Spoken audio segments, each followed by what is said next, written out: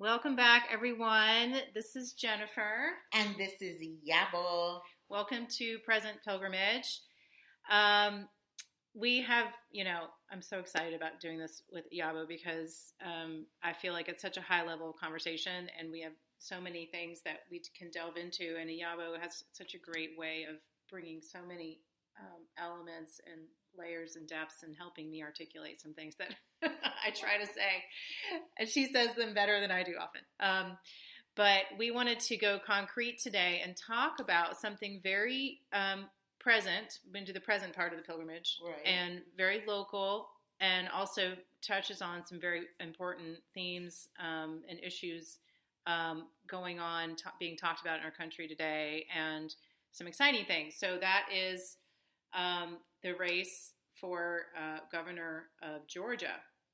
And as many of you all living in Atlanta know, and probably around the country because it's gotten a lot of national press, there are two women who are vying for the Democratic candidacy to be governor of Georgia. One is Stacey Abrams, who, in my opinion, is a brilliant, experienced African-American candidate who's worked in the government in Georgia for a long time.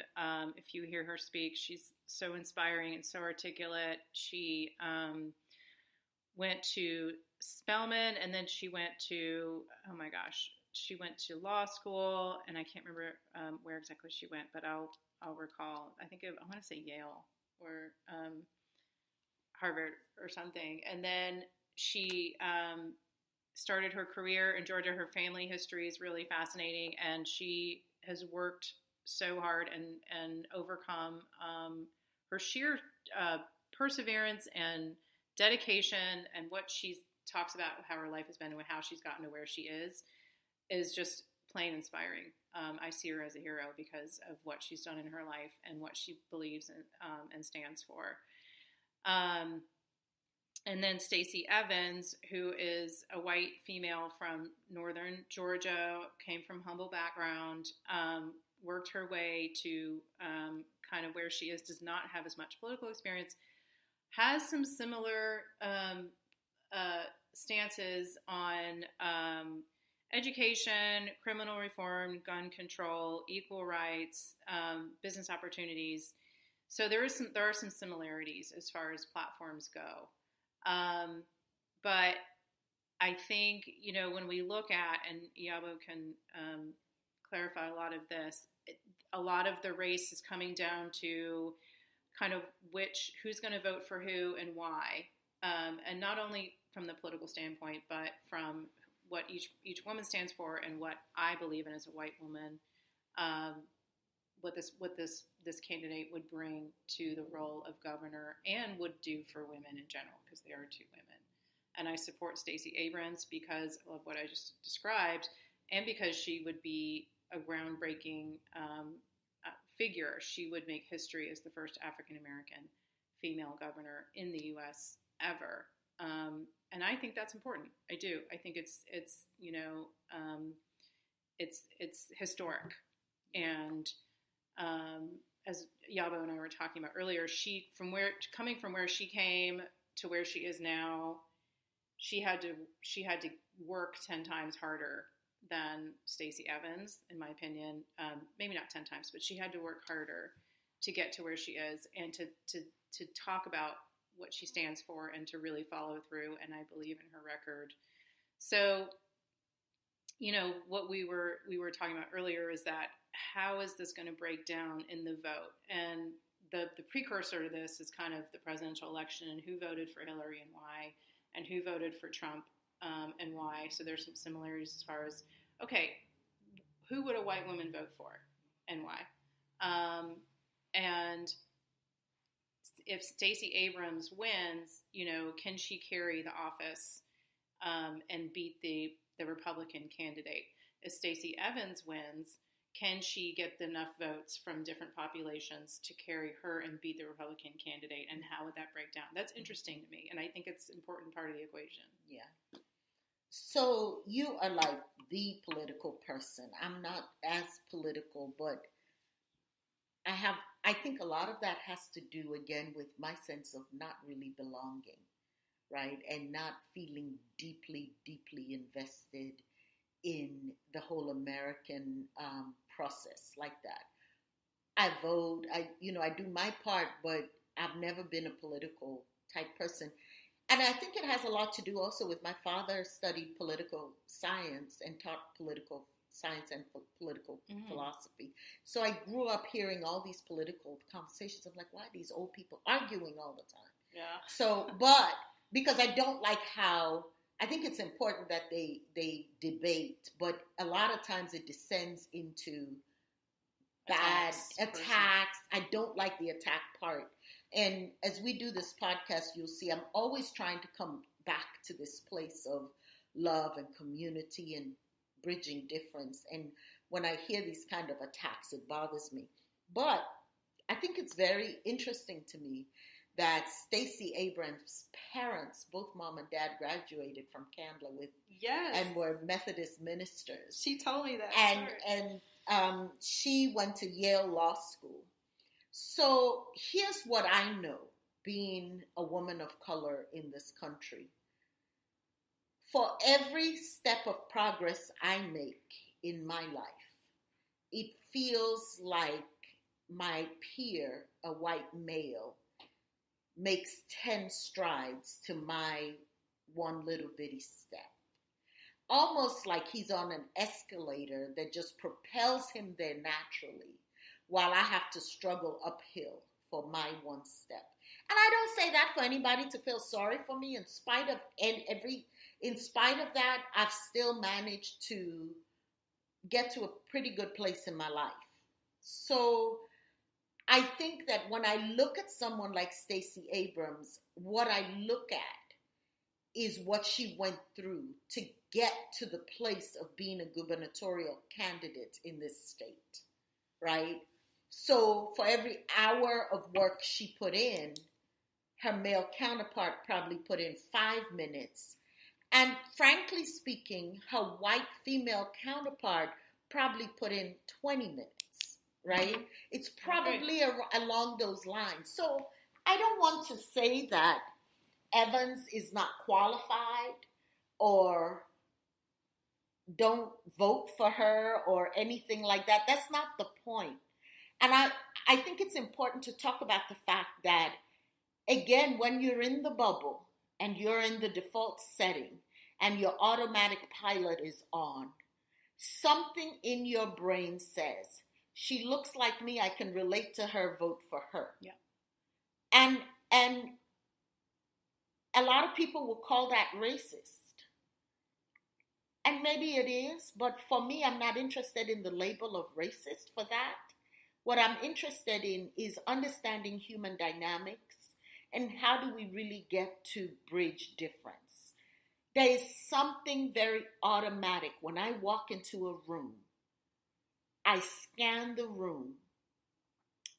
And, well, let me give it to you in two contexts. Let me backtrack and give it to you in two contexts. Mm-hmm. When I was growing up in Nigeria, as I'm a light-skinned, mixed-race woman, I fall right in the middle. If I entered a party or a room, the first person I would notice would be the other person that looked like me, that looked like a mixed-race person in a sea of black faces.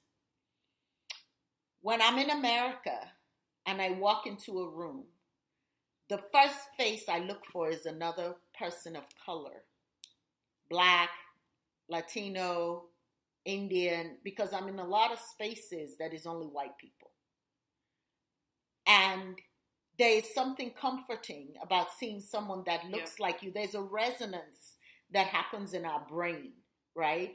There is, again, that thing of belonging. Who are my people, right? And I think it's very natural when you're in the bubble and you're the default setting to never examine who are my people, because everybody's in your bubble that looks like you. And you resonate with people in your bubble. This is the thing.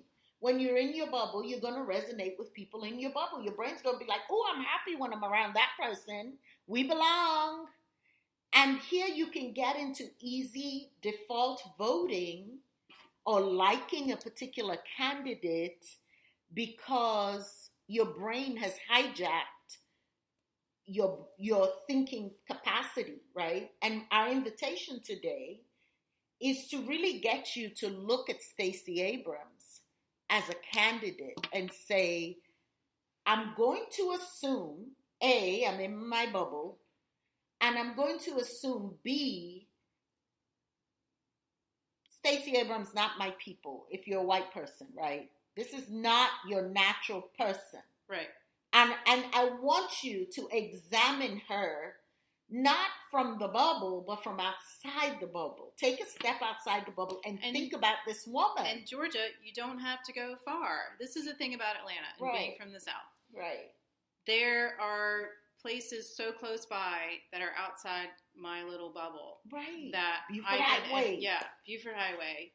South Atlanta, Clarkston, East Atlanta. I just have to drive 15 miles to get outside of my bubble, and this is Atlanta. Yeah. So this is where we really need in Atlanta to understand how to come together and have, this is why we're doing it, to have these conversations, because we are all, if we just take Atlanta or we take Georgia, Stacey Abrams traveled to every single county. She went up to Dahlonega. Yeah. She was probably nervous, to travel in Hall County where there are Confederate flags flying around. And, unfortunately, that tragic event that happened last week where a young man was shooting people along a highway that I drive a lot up there. Right. There is difference. There are little bubbles sitting next to each other, and we need to help, those bubbles kind of merge, or at least have a Venn diagram of some interaction. Right. But let me say these two fast things, and then I want you to finish this part out. One, let me tell you why I like Stacey Abrams. She got out ahead of the drama that was going to come out about her owing all this money in school loans and credit card debt because she was helping her parents with a sibling, I think, the sibling had a drug problem and there was a child, and then her parents are elderly and retired. And what I loved about Stacey Abrams is she came out of her bubble. So let me explain this to you. In the African American community, for a Black woman to put herself on the line where she admits weakness or not meeting up to the standards set by the bubble is a huge risk. You're right. That's such a good point. It's a huge risk. So for her to have the character to say, that's not right, and I'm going to stand for what's right, and I'm going to come out ahead of this, and I'm going to show myself as not meeting bubble standards. Yes. Man, I bow at her feet. That is the kind of integrity that I want to see in the governor's office. I'll probably never meet her. There's nothing in it for me, right? And we need leadership, character in leadership. And it's so refreshing. Look at what Trump's, they're lying, 5 times a day around the Stormy Daniels thing. No one knows what the truth is anymore because there's so many lies.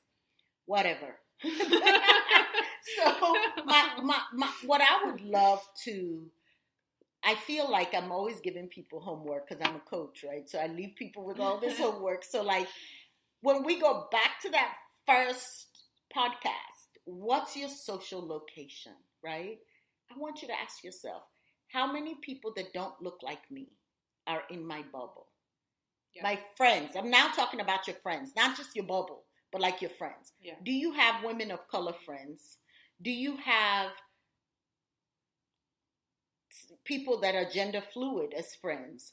Do you even acknowledge the difference, right? Or people from other cultures?